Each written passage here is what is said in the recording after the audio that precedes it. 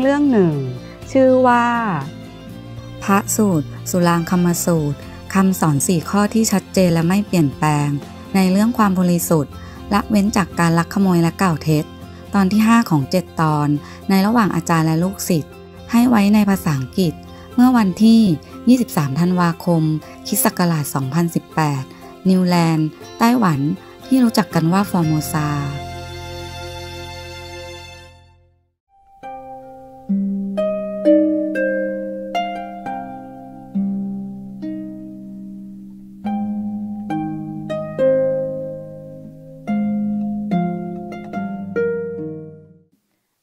The Buddha continued. They say that they have attained what they have not attained, meaning these demonic practitioners, that they have not become Buddha, but they say they are Buddha, okay? And that they have been certified when they have not been certified, meaning the Buddha or any saint have not confirmed that they have reached Buddhahood, a great enlightenment, but they go around and boast that they do. Okay? This is the greatest lie. And for this, you also will go to the non-stop hell, according to Buddha, other sutra that I read. That's the most heinous lie of all, that you say you attain Buddhahood, but you have not. Yeah? Meaning deceiving other beings. And then the other beings, they follow you. They also fall into the same pit. That is why it is so bad. Yeah, this is the worst lie you can commit, because you lead other beings into the false views with you too, believing in your power when you don't have. So if you go to hell, they will have to go with you. Deceiving also deprive them from a chance to meet the real living Buddha. And that's why it's the worst sin you can commit, the worst lie ever. In Buddha, they say it's the greatest lie that you can commit, unredeemable. The Buddha warning his monks here and the future monks after his nirvana that should not do that. Yes, but the Buddha cannot warn the whole priesthood or monkhood after his nirvana. Not everybody read this. Not every monk even know this sutra. Okay? You are lucky to know it. Thank you. You're welcome. You're welcome.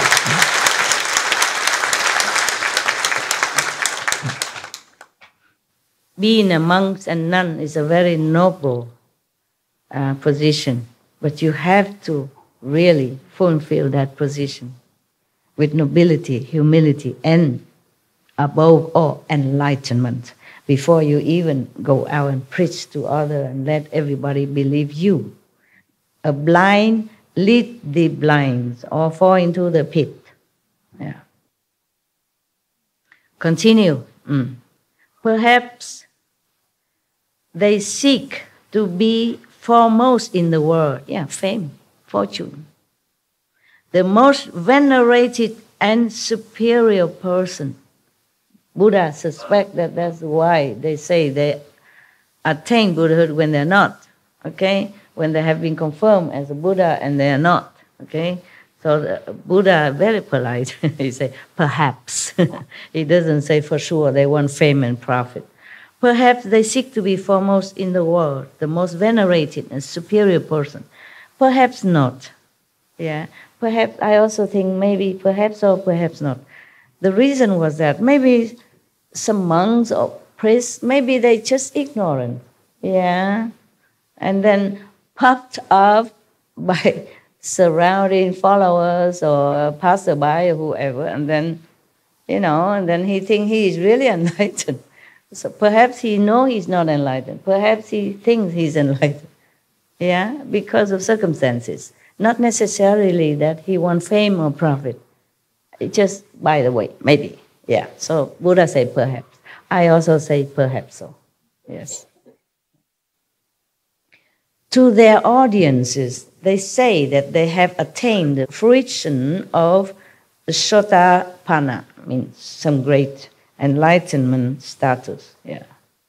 The fruition of a Sakridagami, the fruition of an anagami, the fruition of a hardship, the Pattaya Buddha vehicle, all the various levels of bodhisattvahood up to and including the 10 grounds in order to be revered by others and because they are greedy for offerings. Buddha said perhaps all this reason that some people claim that they have become Pattaya Buddha or they have become such and such bodhisattva or just one time only return and never come back again, etc., etc., at different levels. And they want offering from the people, greedy offering. Because some believers, they offer anything. So that's all the reason the Buddha suspect why somebody proclaimed that they have attained this and that when they have not, okay?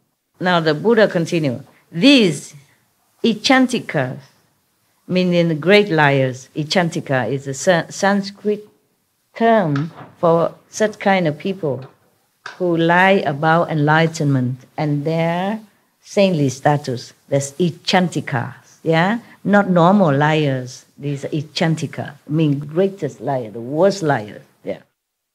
These Ichantikas destroy the seeds of Buddhahood just as surely as a thala tree is destroyed if it is chopped down. Now, thala tree or any tree, okay? If you chop down a tree, it's chopped down, right? No more chance to live. Similarly, these Ichantikas, mean the greatest liar people, cut down their seed of future enlightenment, of Buddhahood, like a tree being chopped down. This is so bad when you lie about your achievement in spiritual practice. Should never do that. If you lie about something else, mundane way, or because of any necessity, good excuses, maybe still can be redeemed. You can still be helped and saved and become Buddha. But if you lie as Ichantikas, then you finished. You can never be anywhere near Buddhahood. You cut off your seed of enlightenment, of Buddhahood. So you'll be recycling yourself as ghosts and demons and the most is, low devas in the low heaven or Ashura, okay? Have power, have retinues, have followers, have magical power and all that. But you will never become a Buddha. So beware of that. Buddha continued, I command the bodhisattvas and arhats to appear after my extinction in response bodies in the Dhamma ending age. Response body is similar to the light body. Transformation body, light body. Not the real physical body, but the appearance of the body in light. So the Buddha appealed to the Buddha, Bodhisattva and the arhats in the future, use their transformation body in the Dhamma ending age. When the Buddha has gone to their nirvana a long time, maybe 300-500 years after, and to take various forms in order to rescue those in the cycle of rebirth. Yeah, because Ananda has asked how he can help. So the Buddha keeps saying all this method. And he even appealed to all the Buddhas and Bodhisattvas to help other sentient beings after he's gone. They should either become shramanas, white-robed lay disciples, kings, ministers or officials, virgin youths or maidens, and so forth. Remember, he said, appear in various forms, use a transformation body to appear as if you are king, queen, etc. So some kings and queens are maybe not real physical king and queen, but the manifestation of the bodies.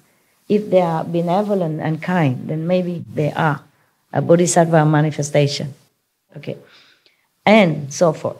And even prostitutes, widows, profligates, thieves, butchers, or dealers in contraband doing the same things as these kinds of people. Why? They praise the Buddha vehicle and cause them to enter samadhi in body and mind.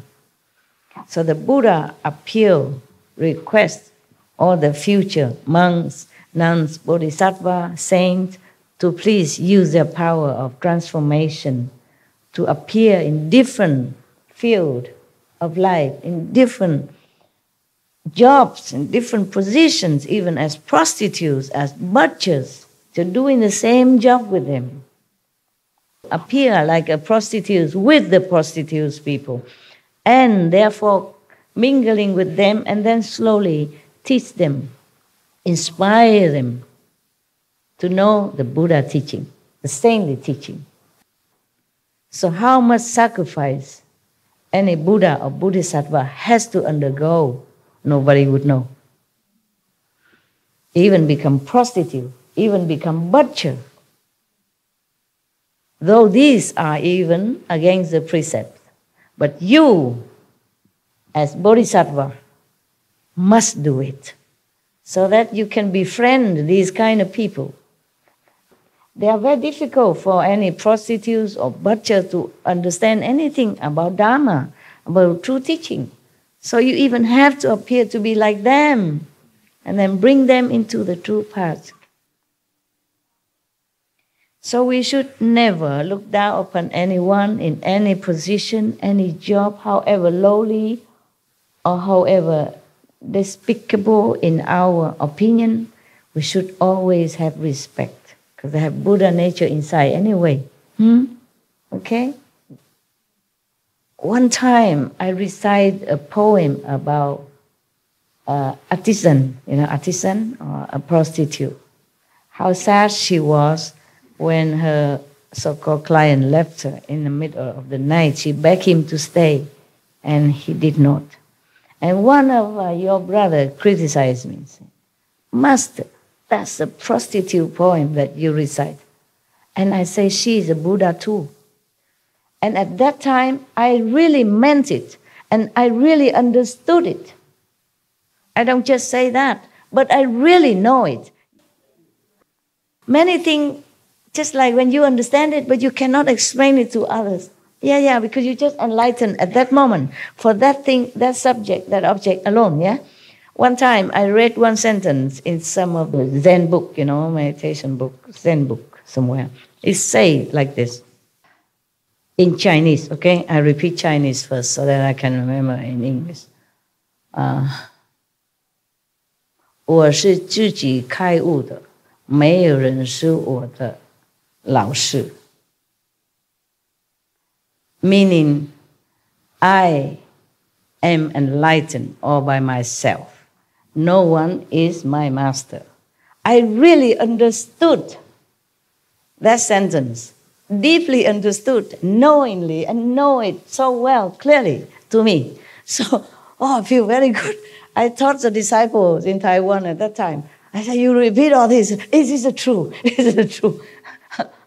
I even forget that I'm their master. If I told them to repeat like that, how would they even respect me anymore? I did not care because I understood the true meaning of it. So I taught all of them at that time, repeat after me.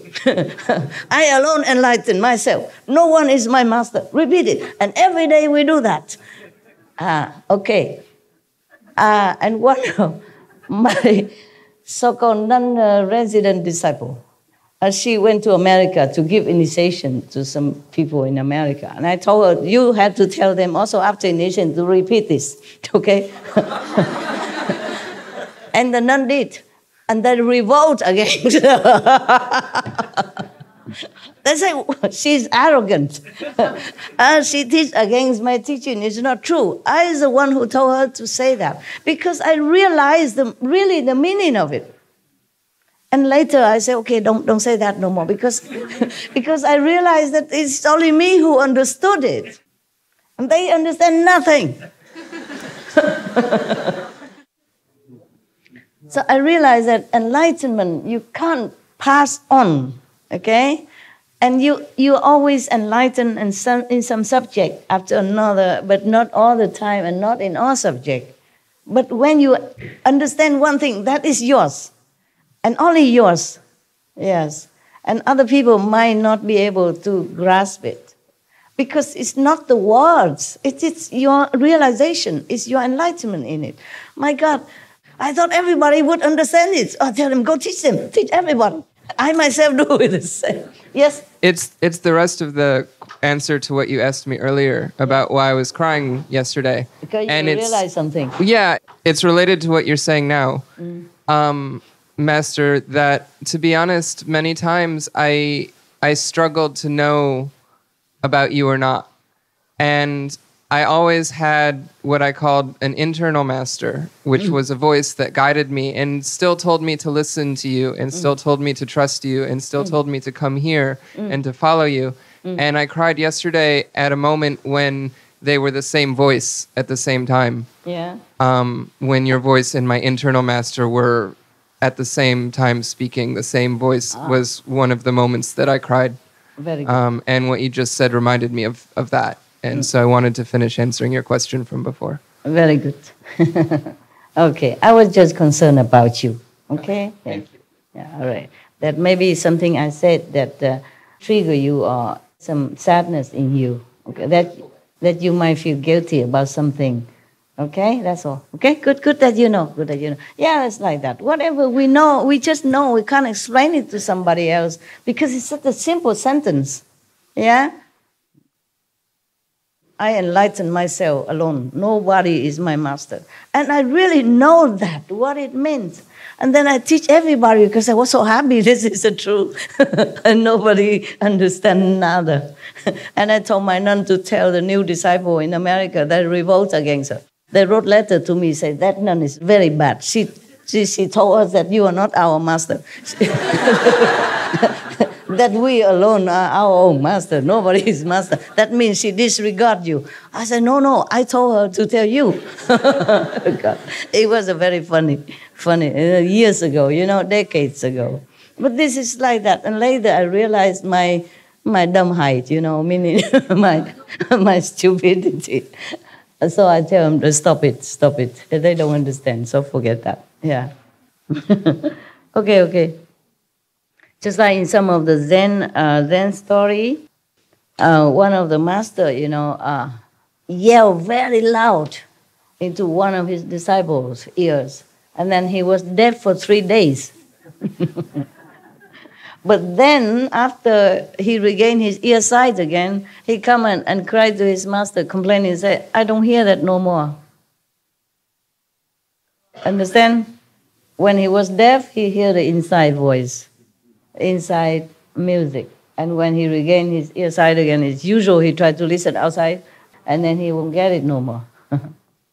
Yeah, similar like that. But don't ask me to yell at you, it's different, okay? That master and that disciple is a different situation. Just like I say, I'm alone enlightened, and no one is my master, And I understand that completely. But I don't know how to explain it to you, okay? Okay, now, continue. Before the calendar ends.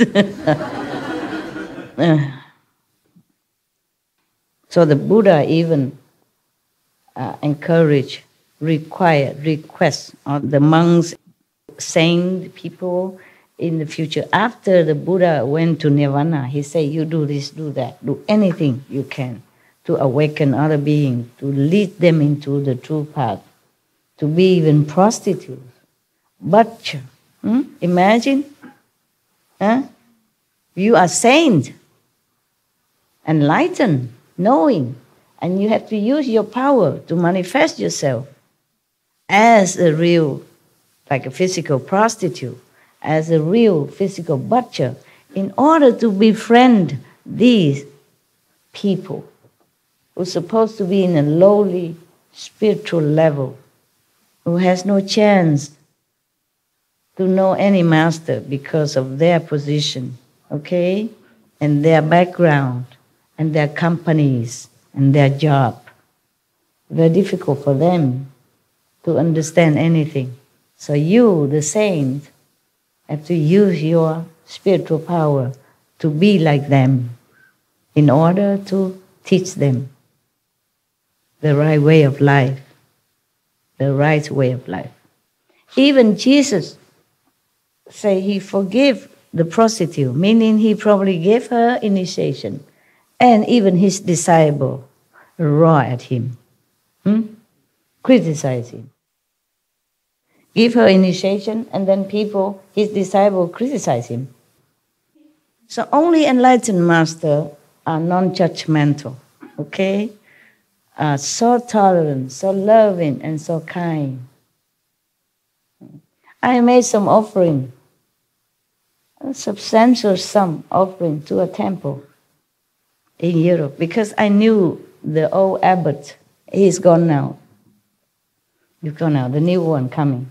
The old abbot was an ascetic monk, very good monk. He's mostly skinny and very funny, very funny. He went to my house, sometimes stay in my house also, of course with the other disciples. And he and other monks are very much respectful of me and loving me very much. So I still remember that temple. And I gave some donation to repair the temple and all that. I have reverence and love for the old monk, the former abbot. Sadly, he's gone.